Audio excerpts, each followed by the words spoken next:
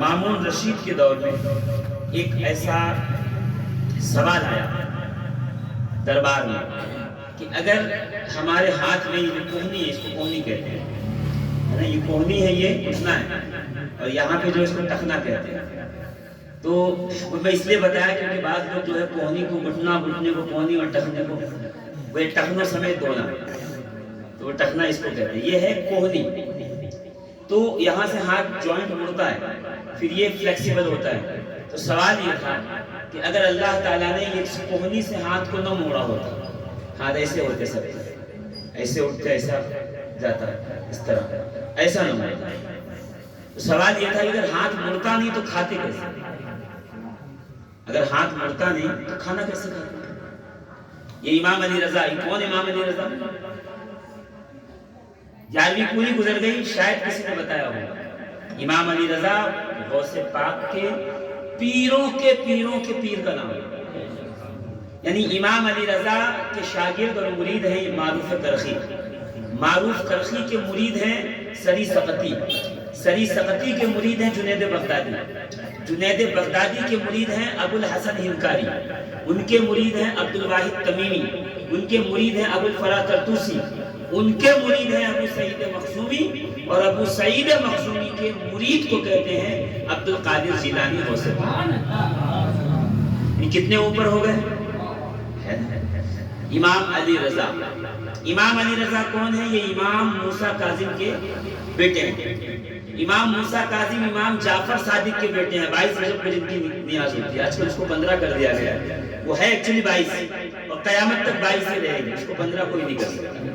ٹھیک ہے. اور امام جعفر صادق کے والد کا نام ہے امام محمد باقر، اور امام محمد باقر کے والد کو کہتے ہیں سیدنا سید سجاد زین العابدین. زین العابدین کے والد امام حسین سید الشہداء، وہ جو نیزے کی نوک پر قرآن پڑھ کر بتایا جنہوں نے کہ جب تک اہل بیت ہیں قرآن کو خاموش نہیں کرایا جا سکتا، اور جب تک قرآن ہے اہل بیت کی عظمت کو گھٹایا نہیں جا سکتا. کائنات عالم میں جتنے سلسلے ہیں، قادری کی بات نہیں کر رہا ہوں، چشتی، سہروردی، نقشبندی، ابوالعلائی، اشرفی، برکاتی، نوری، جتنے سلسلے، ہر سلسلہ مولا علی تک جاتا ہے. علی کے سوا کوئی سلسلہ بچتا ہی نہیں. اور اگر کوئی ایسا سلسلہ مل جائے جس میں علی نہ ہو تو سمجھ جانا کہ یہ سراسر بے ایمانی ہے. ایمانداری کی بات یہ ہے کہ علی کے سوا کوئی سلسلہ نہیں، اس لیے کہ رسول نے مقام غدیر خم پہ 18 ذی الحجہ کو پکار کے فرمایا من کنت مولاه فہذا علی مولا. میں جس کا ولی ہوں آج کے بعد سے علی اس کا ولی ہے. یعنی میرے بعد نبوت کا فیضان، خدا کی رحمت، اس کا فضل، اس کی برکت اگر تمہیں حاصل کرنی ہے تو تمہیں میرے پاس ڈائریکٹ نہیں آنا پڑے گا، پہلے علی کے پاس آنا. علی اگر اپوائنٹمنٹ دیں گے تو پھر مجھ سے ملاقات. علی اگر لیکن میں نے یہ نہیں کہا کہ علی ملیں گے تو میں ملوں گا، نہیں، علی اگر اپوائنٹمنٹ دیں گے تو نبی ملیں گے. یہ میرے آقا علی مرتضیٰ کی کرامت بھی ہے اور آپ کی فضیلت بھی ہے. قرآن کی 300 سے زیادہ آیتیں ہیں جس میں علی کی فضیلت بیان کی گئی، اور حدیث تو اتنی ہے کہ امام احمد ابن حنبل جیسا محدث کہتا ہے کہ جتنی صحیح حدیث علی کے بارے میں آئی کسی کے بارے میں نہیں. اور مولا کائنات کی فضیلت میں کیا اور آپ کیا بیان کریں گے. مولا کائنات کی فضیلت بس اتنی ہی کافی ہے کہ پیدا ہوئے کعبے میں، شہید ہوئے مسجد میں، آنکھ کھولی تو نبی کا چہرہ دیکھا. یہ علی کی فضیلت ہے کہ جب آنکھ کھلی پہلی بار تو سامنے نبی تھے. ٹھیک ہے. اب علی کی دوسری فضیلت سنو. رسول خدا بیمار پڑ گئے کہ حضرت علی یمن تشریف لے گئے، یمن، اور رسول اللہ بیمار ہو گئے. اتنی کمزوری آ گئی کہ رسول خدا نے ہاتھ اٹھا کے کہا پروردگار اس وقت تک مجھے موت نہ آئے جب تک میں علی کا چہرہ نہ دیکھوں. اس وقت تک مجھے موت نہ آئے جب تک میں علی کا چہرہ نہ دیکھوں. نبی کا چہرہ دیکھنا تو سب کی تمنا ہوتی ہے، جس کا چہرہ دیکھنا رسول کی تمنا ہو اسے حیدر کرار علی مرتضیٰ. اور جس کا ذکر عبادت ہو پھر اس کا ذکر گمراہی نہیں ہو سکتی. آج غوث پاک کے نام کا یہ دسترخوان یہاں بچھا ہوا ہے نا، خدا کی قسم غوث ہوتا ہی نہیں اگر علی نہیں ہوتے. ہے نا. علی کے بیٹے حسن، حسن کے بیٹے حسن مسنہ، ان کے بیٹے عبداللہ محض، ان کے بیٹے موسیٰ جون، ان کے بیٹے عبداللہ ثانی، ان کے بیٹے موسیٰ ثانی، ان کے بیٹے داؤد الامیر، ان کے بیٹے سید یحییٰ، ان کے بیٹے سید ظاہر، ان کے بیٹے عبداللہ ثالث، ان کے بیٹے ابو صالح موسیٰ جنگی دوست، اور ان کا بیٹا پیران پیر غوث اعظم ہے نا، ہے کہ نہیں. تو یہ شجرہ تو الحمدللہ قیامت تک جتنے اولیاء اللہ ہیں، جہاں اگر ناسک میں کوئی ولی اور سید ہے، سید صادق شاہ حسین، ان کا شجرہ علی سے مل رہا ہے، جا کے دیکھ لیں. جہاں بھی آپ کو سید زادے ملیں گے تو شجرہ علی سے ملے گا، اور غیر سید ولی ہوگا تو اس کا طریقت علی سے جا کے ملے گا. علی کے بغیر ولایت نہیں، تصور ہی نہیں ہے ولایت کا. یہ میں نہیں کہہ رہا، میری بات ہو تو مجھے واپس کر دینا. یہ کون کہہ رہا ہے؟ مجدد الفسانی کہہ رہے ہیں. یہ کون کہہ رہا ہے؟ محی الدین ابن عربی کہہ رہے ہیں. یہ امام غزالی کہہ رہے ہیں. یہی بات امام حاکم نے کہی، امام نسائی نے کہی. یہی بات رسول اللہ نے کہی، جس کا میں ولی ہوں اس کے علی ولی ہے. میرے بغیر ولایت نہیں ہے، اور علی کے بغیر ولایت تک رسائی ہے.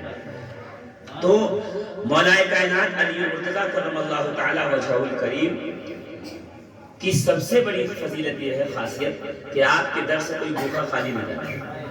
دیکھیے دسترخوان کا مقصد کیا ہے؟ سب لوگ آئے اور گھور کے روٹی اور بریانی دیکھی، اور گھور کے جو ہے دسترخوان دیکھا، پھر یہ کھائیں گے والا. یہ ہوتا ہے ہمارے یہاں. میں بچپن سے اسی ماحول میں رہا ہوں، تو مجھے کوئی نہ بتایا نہیں وہاں ایسی نہیں، میں جانتا ہوں اس طریقے سے ہوتا ہے. تو پیٹ بھرنے کے لیے غوث پاک نہیں ہے، غوث پاک اس لیے ہے کسی کو کھلایا جائے.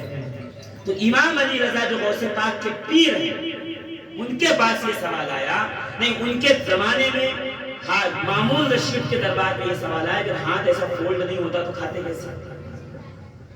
ایسی بات ہے، لوگ سوچنے لگے یار یہ کیا انٹیلیجنٹ سوال ہے، اتنا عقل مندی کا سوال ہے. سوچو کچھ نے سوچا ہی نہیں آج تک. ہوتا ہے نا ہمارے یہاں کچھ لوگ ممبر پہ کھڑے ہو کچھ بھی بک جاتے ہیں، تو نیچے بیٹھا بندہ لیٹ کے بولتا واہ سبحان اللہ، کیا بات کیا.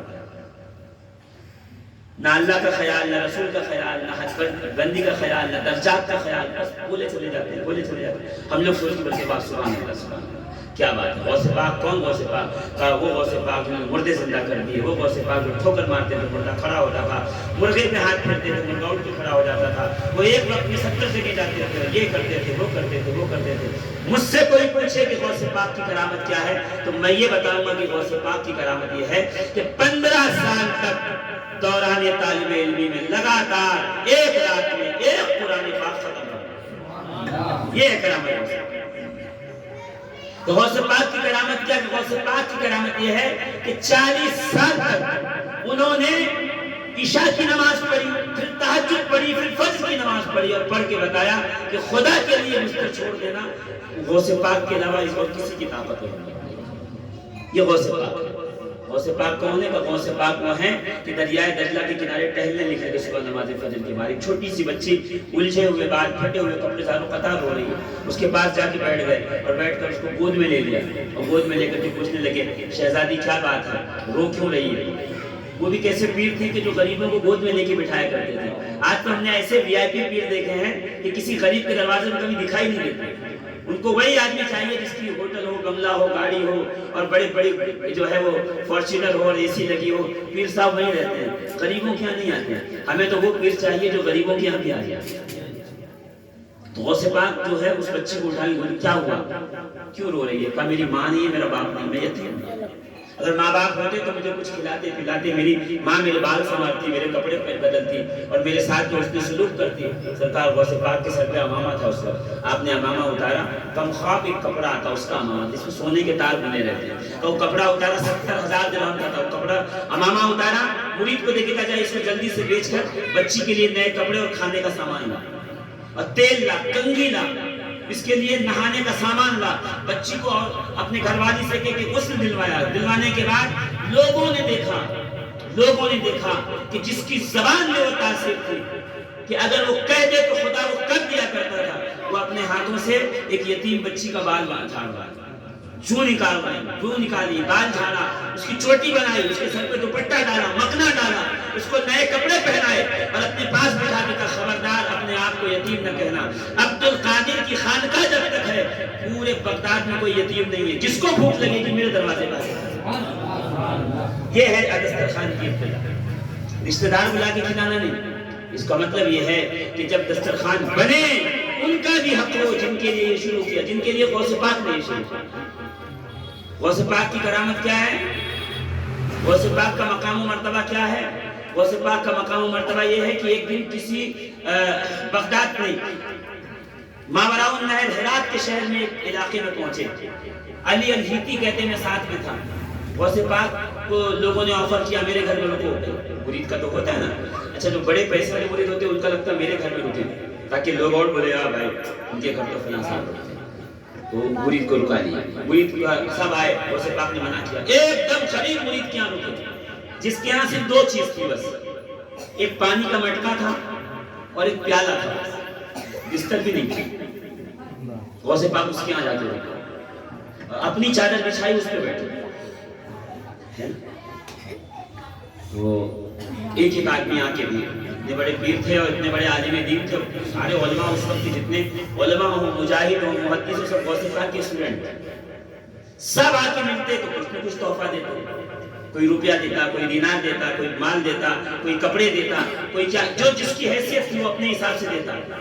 تو سب جمع ہو گیا۔ علی ہتی کہتے میں نے جو ہے غوث پاک سے اجازت مانگی، مجھے کہیں جانا تھا، میں صبح صبح نکل گیا اور میں 1 سال کے بعد اسی علاقے سے گزرا تو مجھے خیال آیا رات ہو گئی ہے، یہاں غوث پاک کا ایک چہیتا مرید رہتا ہے جو غریب ہے مگر چہیتا ہے، میں آج جا کے اس کے یہاں رکوں گا، صبح چلا جاؤں گا۔ کہ جب اس جگہ پہ پہنچے تو کیا دیکھا، کنواں وہی ہے، درخت وہی ہے، وادی وہی ہے، مگر سامنے بڑا سا مکان بنا ہوا ہے، ایک دم حویلی ٹائپ کا۔ حیران ہو گیا، دروازہ کھٹکھٹایا، اندر دروازہ کھلا، سامنے جو آدمی آیا یہ وہی آدمی۔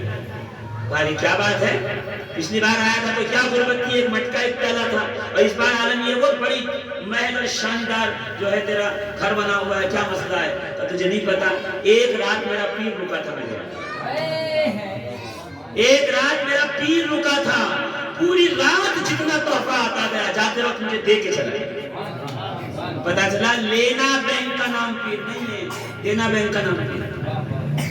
اور ہمارے یہاں پیر اس کو سمجھا جاتا ہے جو لے، اور آج کل باقاعدہ وہ ہوتا ہے میرے پیر صاحب کیا بنگلہ ہے، کیا ہے، راستے میں چلتے ہیں تو حقہ پیتے ہوئے چلتے ہیں، ایک آدمی حقہ لے کے چلتا ہے، یہ کرامت بیان ہے، یہ کرامت۔ اور اس وقت کی کرامت کیا ہے کہ میرے پیر کی کرامت یہ ہے کہ 20 سال تک اس نے پاک پتن کے جنگلوں میں صرف اللہ الصمد اللہ الصمد اللہ الصمد، بابا فرید گنج شکر، صرف جسم میں ہڈی تھی، ہڈی پہ چمڑا تھا، گوشت نام کی کوئی چیز نہیں تھی، کوئی چیز نہیں۔ تو پھر عالم کیا تھا، جو کہہ دیتے تھے خدا اپنے بندے کی بات سن لیتا، وہی کر دو۔